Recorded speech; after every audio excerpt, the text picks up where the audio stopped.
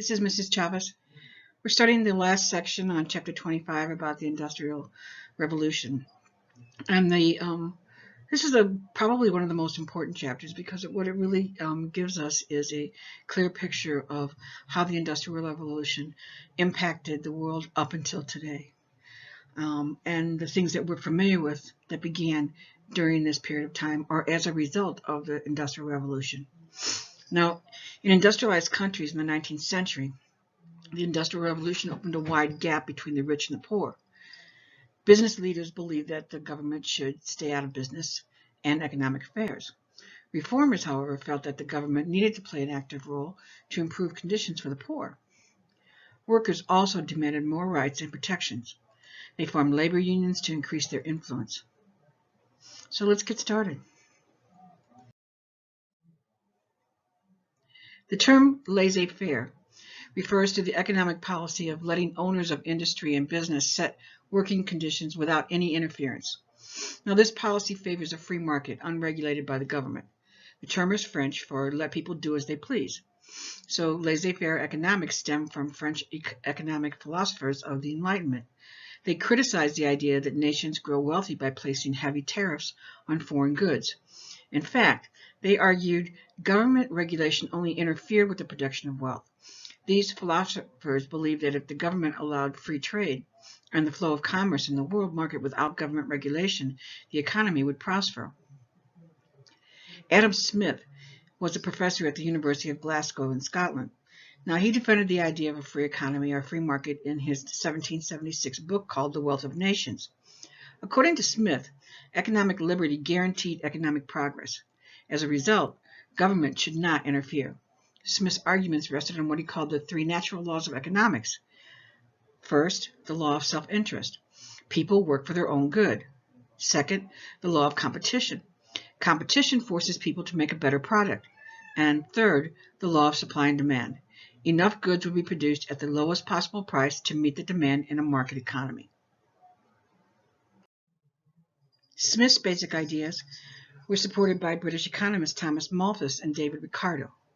Like Smith, they believed the natural laws governed economic life. Their important ideas were the foundation of the laissez-faire capitalism. Now, capitalism is an economic system in which the factors of production are privately owned and money is invested in business ventures to make a profit. These ideas also helped bring about the Industrial Revolution. In an essay on the principle of population, written in 1798, Thomas Malthus argued that population tended to increase more rapidly than food supply. Without wars and epidemics to kill off the extra people, most were destined to be poor and miserable. The predictions of Thomas Malthus seemed to be coming true in 1840. David Ricardo, a wealthy stockbroker, took Malthus' theory one step further in his book, The Principles of Political Economy and Taxation in 1817. Like Malthus, Ricardo believed that the permanent underclass would always be poor. In a market system, if there were too many workers and abundant resources, then labor and resources would be cheap. If there are few workers and scarce resources, then they would be expensive. Ricardo believed that wages would be forced down as population increases. Laissez-faire thinkers such as Smith, Malthus, and Ricardo opposed government efforts to help poor workers. They thought that creating minimum wage laws and better working conditions would upset the free market system, lower their profits, and undermine the production of wealth in society. In contrast to laissez-faire philosophy, which advised governments to leave business alone, other theorists believe that government should intervene. Those thinkers believe that wealthy people, or government, must take action to improve people's lives. The French writer Alexis de Tocqueville gave a warning, quote, "Consider what is happening among the working class. Do you not see us spreading among them, little by little, opinions and ideas that aim not to overturn such and such a ministry, or such and such laws, or such government, but society itself, to shake it to the foundations upon which it now rests?" English philosopher Jeremy Bentham modified the ideas of Adam Smith. In the late 1700s, Bentham introduced the philosophy of utilitarianism. According to Bentham's theory, people should judge ideas, institutions, and actions on the basis of their utility or usefulness. He argued that government should try to promote the greatest good for the greatest number of people. Now, government policy was only useful if it promoted this goal, and Bentham believed that in general, the individual should be free to pursue his or her own advantage without interference from the state. John Stuart Mill, a philosopher and economist, led the utilitarian movement in the 1800s. Mill came to question unregulated capitalism. He believed it was wrong that workers should lead deprived lives that sometimes bordered on starvation. Mill wished to help ordinary working people with politics that would lead to a more equal division of profits. He also favored a cooperative system of agriculture and women's rights, including the right to vote. Mill called for the government to do away with great differences in wealth. Utilitarians also pushed for reforms in the legal prison system and in education. Other reformers took an even more active approach. Shocked by the misery and poverty of the working class, a British factory owner named Robert Owen improved working conditions for his employees near his cotton mill in Lanark, Scotland. Owen built houses which he rented at low rates. He prohibited children under 10 from working in the mills and provided free schooling. Then in 1824, he traveled to the United States. He founded a cooperative community called New Harmony in Indiana in 1825. He intended this community to be a utopia, or a perfect living place. New Harmony lasted only 3 years, but inspired the founding of other similar communities. French reformers such as Charles Fourier, Saint-Simon, and others sought to offset the ill effects of industrialization with a new economic system called socialism. In socialism, the factors of production are owned by the public and operate for the welfare of all. Now, socialism grew out of the optimistic view of human nature, a belief in progress, and a concern for social justice. Socialists argued that the government should plan the economy rather than depend on free market capitalism. They argued that government control of factories, mines, railroads, and other key industries would end poverty and promote equality. Public ownership, they believed, would help workers who were at the mercy of their employers. Some socialists, such as Louis Blanc, advocated change through the extension of the right to vote.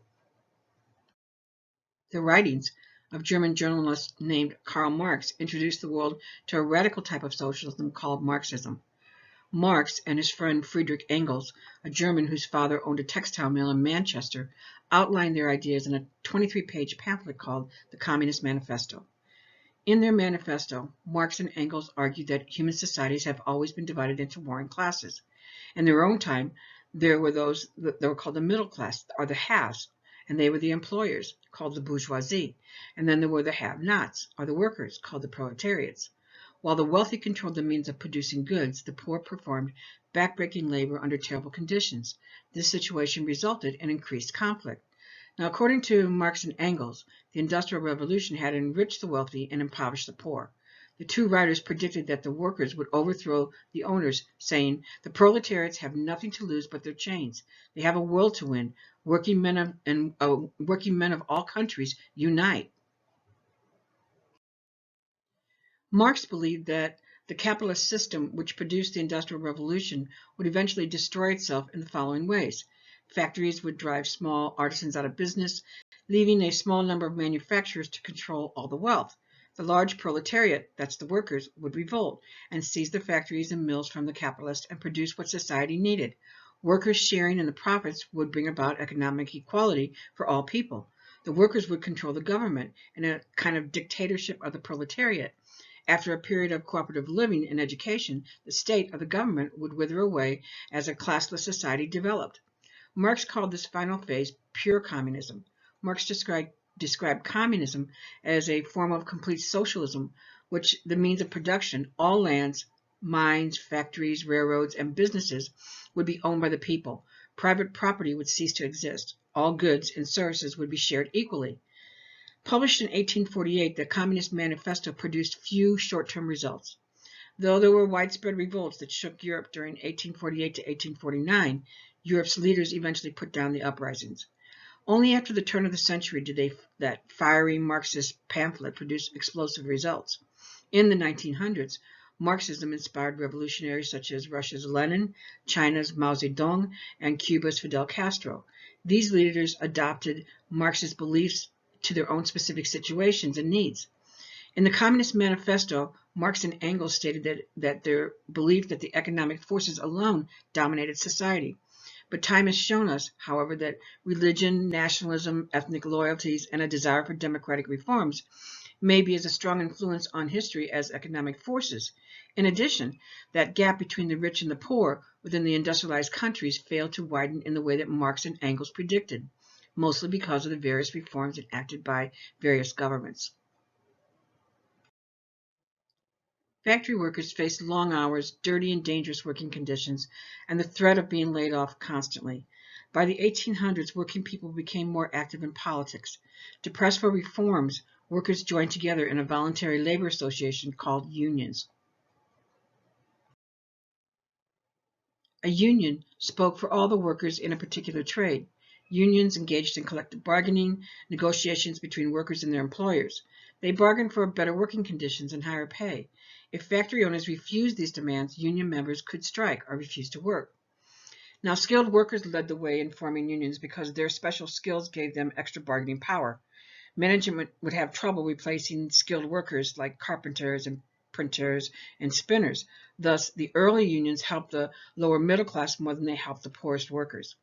The union movement underwent a very slow and painful growth in both Great Britain and the United States. For years, the British government denied workers the right to form unions. The government saw unions as a threat to social order and stability. The Combination Acts of 1799 and 1800 actually outlawed unions and strikes in England. Ignoring the threat of jail or job loss, factory workers joined unions anyway. Parliament finally repealed the Combination Acts in 1824. After 1825, the British government unhappily tolerated unions.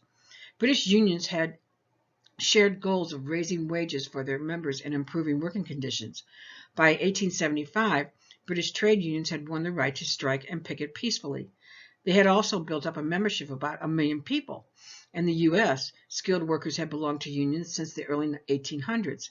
In 1866, several unions joined together to form the organization that would become the American Federation of Labor.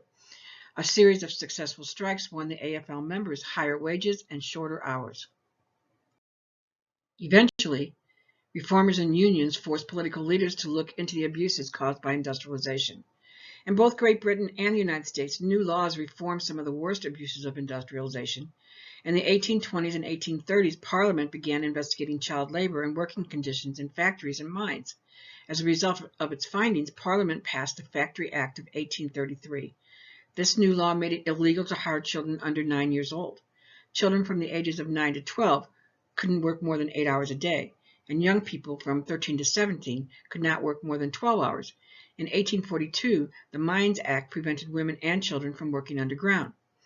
In 1847, the Parliament passed a bill that helped working women as well as their children. The 10-Hour Act of 1847 limited the workday to 10 hours for women and children who worked in factories. Reformers in the U.S. passed laws to protect child workers. In 1904, a group of progressive reformers organized the National Child Labor Committee to end child labor, arguing that child labor lowered wages for all the workers. Union members joined with the reformers. Together, they pressed the national and state politicians to ban labor and set maximum working hours. In 1919, the U.S. Supreme Court objected to a federal child labor law, ruling that it interfered with the states' rights to regulate labor. However, individual states were allowed to limit the working hours of women and later of men. Almost from the beginning, reform movements rose in response to the negative impact of industrialization. These reforms included improving the workplace and extending the right to vote to working class men. The same impulse toward reform, along with the ideals of the French Revolution, also helped to end slavery and promote new rights for women and children. William Wilberforce, a highly religious man, was a member of Parliament who led the fight for abolition, the end of the slave trade, and slavery in the British Empire. Parliament passed a bill to end the slave trade in the British West Indies in 1807, and after he retired from Parliament in 1825, Wilberforce continued his fight to free slaves. Britain finally abolished slavery in its empire in 1833. Now, British anti-slavery activists had mixed motives for ending slavery. Some, such as the abolitionist Wilberforce, were morally against slavery. Others viewed the slave labor as an economic threat. That was labor.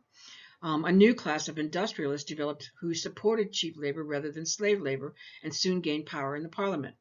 In the United States, the movement to fulfill the promise of the Declaration of Independence that all men were free and equal by ending slavery grew in the early 1800s. Now, the enslavement of African people finally ended in the U.S. when the Union won the Civil War in 1865. Then enslavement still persisted in the Americas, but only in Puerto Rico, Cuba, and Brazil. In Puerto Rico, slavery was ended in 1873. Spain finally abolished slavery in the Cuban colony in 1886, and it wasn't until 1888 that Brazil's huge enslaved population won their freedom. The Industrial Revolution proved a mixed blessing for women.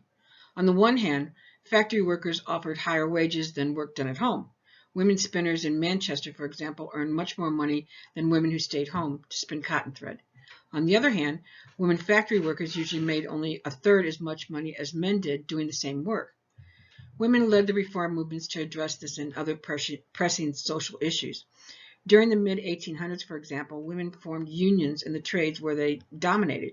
In Britain, some women served as safety inspectors in factories where other women worked. In the U.S., college-educated women like Jane Addams ran settlement houses.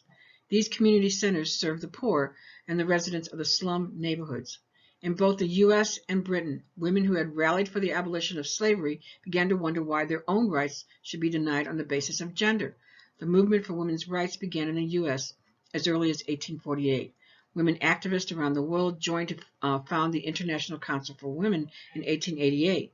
Delegates and observers from 27 countries attended the Council's first meeting in 1899. In the U.S. and Western Europe, reformers tried to correct the problems troubling the newly industrialized nations. Public education and prison reform ranked higher on the reformers' list. One of the most prominent U.S. reformers was Horace Mann of Massachusetts. He favored free public education for all children.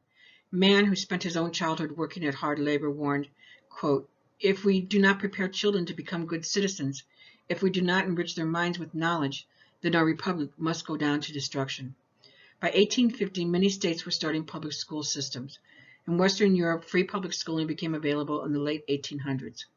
In 1831, French writer Alexis de Tocqueville had contrasted the brutal conditions in American prisons to the extended liberty of American society.